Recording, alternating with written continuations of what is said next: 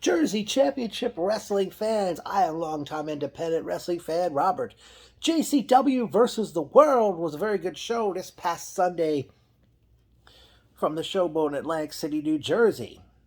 I was not able to watch the show. It was streamed live on YouTube due to the fact that I now work Sundays.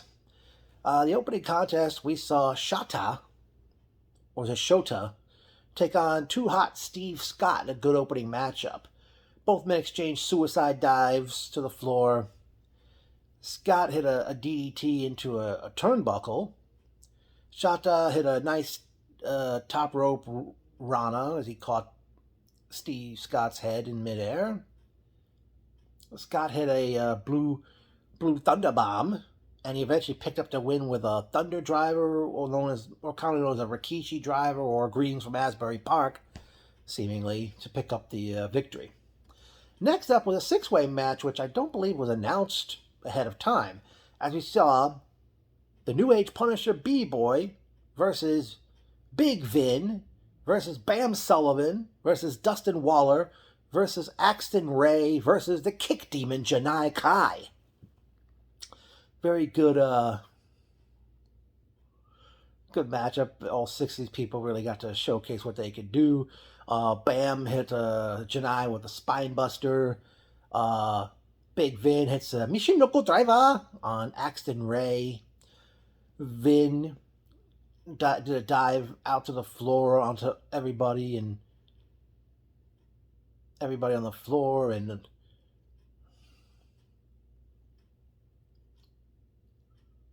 wait, I'm sorry. I think other wrestlers took turns doing dives.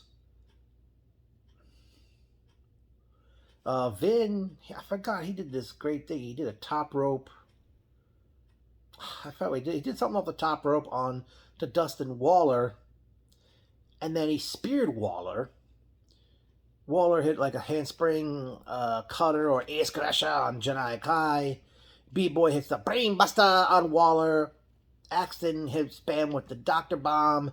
Bam picks up the win with the Amityville Horror. Was it on Axton or somebody else? And Bam Sullivan picked up the win, defeating Kick Demon Janai Kai, New Age Punisher B-Boy, Big Vin, Dustin Waller, and Axton Ray. Next, the singles match, it was scheduled to be Negro Navajo. I apologize if I got his name wrong. He didn't make it. He was going to wrestle Tony Deppen. Deppen ended up wrestling Skade. I apologize if I got his name wrong. He had a mask on, and they said he has like 35 years of experience of wrestling and teaching. There was a lot of mat wrestling that led to near pinfalls and a lot of submissions. Deppen, out of nowhere, hits a running knee strike, and he pinned him. It looked like Deppen was surprised that he got the 3 count, and as Tony Deppen defeats Skade, again, I apologize if I got his name wrong. And I don't know, maybe he thought Skade was going to kick out after hitting the knee strike. I don't know. Next up was tag team action. We see Sumi Sakai and Shaza McKenzie do battle with, representing Young, Dumb and Broke, Charlie Tiger and Ellis Taylor, accompanied by Jordan Oliver. The ladies had an early advantage in the match. Sumi took punishment from Tiger and Taylor. Shaza hit a pair of the heck did I even write here? I'm sorry, folks. This is what happens when I don't do this right after watching a show.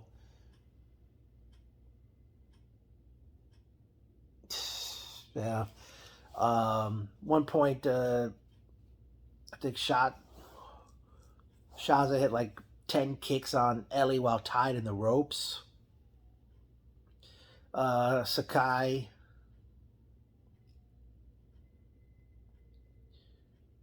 did some kind of a dive onto Ellis.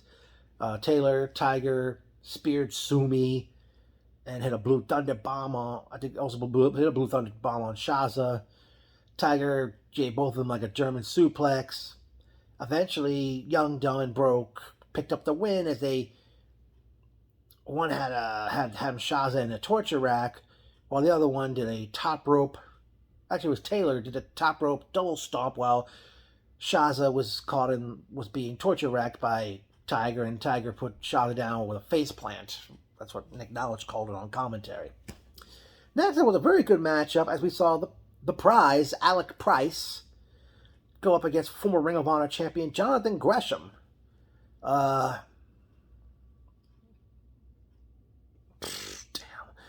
Oh my God. Price hit something. Oh, actually, Price hit a Hurricane Rana off the second rope onto Gresham. Damn, I'll get back to that later. Gresham hit a stalling suplex a la the late Davey Boy Smith. Price with a tornado DDT. Gresham did a deadlift. I guess it's called a deadlift German suplex. Price accidentally ran to the referee, and Gresham kicked Price in the balls and small packaged him and got the 3 count for the victory. A great match was marred by that one kick to that humiliating kick in the crotch, as Sting, not the wrestler, the singer, when he was part of the Police, would say in, I forgot what song was that. I gotta listen to that song again, but notwithstanding, I digress. Okay, Jonathan Gresham picked up the win over the prize, Alec Price. Next up, we had a women's matchup. We saw Jungle Kiona take on Sawyer Wreck. Wreck had put Kiona in the Gory Special. That was the late Gory Guerrero, the father of the Guerrero family. Hector Guerrero, grandfather of Chavo Guerrero Jr. Wreck put Kiona into the old Dino Bravo move. Kiona eventually struck back with a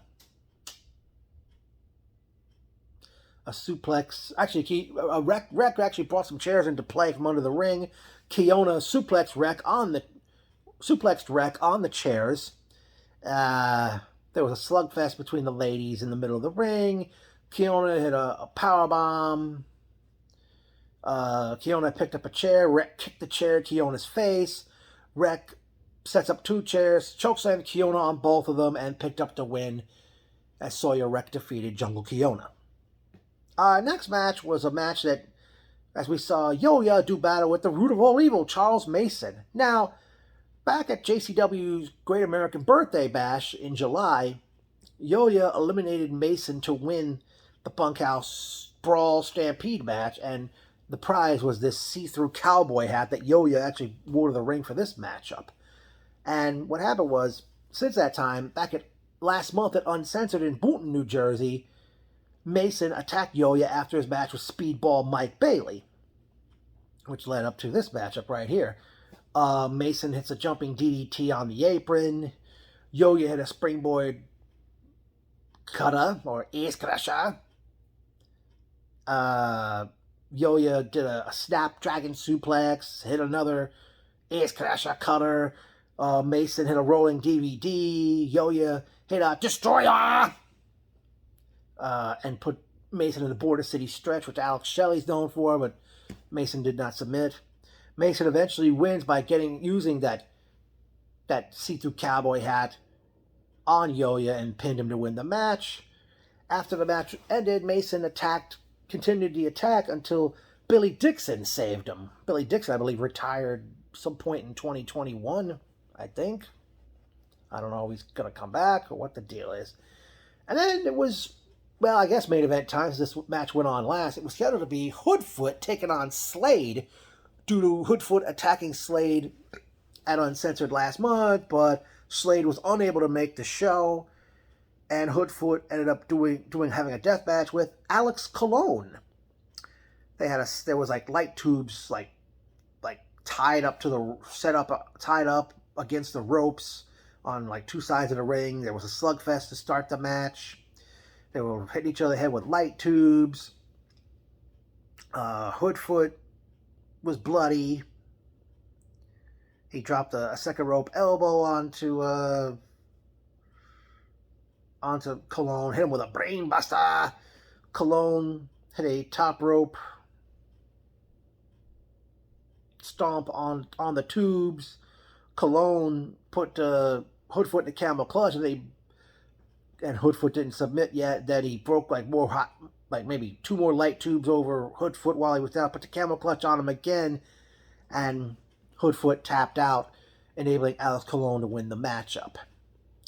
Well, actually, here's the part that I was unable to read earlier. During the six-way matchup, Big Vin did an impressive, and he's a big guy, no pun intended to the name, a handstand Rana onto Dustin Waller, and then he speared him.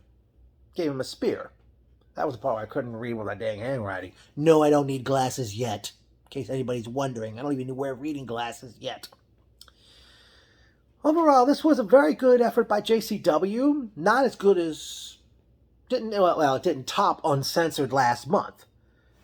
Jersey Championship Wrestling returns Saturday, November 19th with a 1 p.m. start as they return to the Boonton Elks Lodge in Boonton, New Jersey, as they present Series of Survivals, which, of course, is their answer to the Survivor Series. And I understand there'll be elimination matches, but nothing's been announced just yet. Not sure if I'm going to be at that show as of yet, because for those wondering, that's actually the same night. That night will be the AEW pay-per-view Full Gear at the Prudential Center in Newark, New Jersey. Good effort by JCW, as I mentioned. I just hope JCW in the future comes back to Ridgefield Park, New Jersey, or any part of Jersey that's got, reliable public transportation to go to. Okay? So, definitely this was very good, this show. And hopefully I'll be able to see JCW again live someday.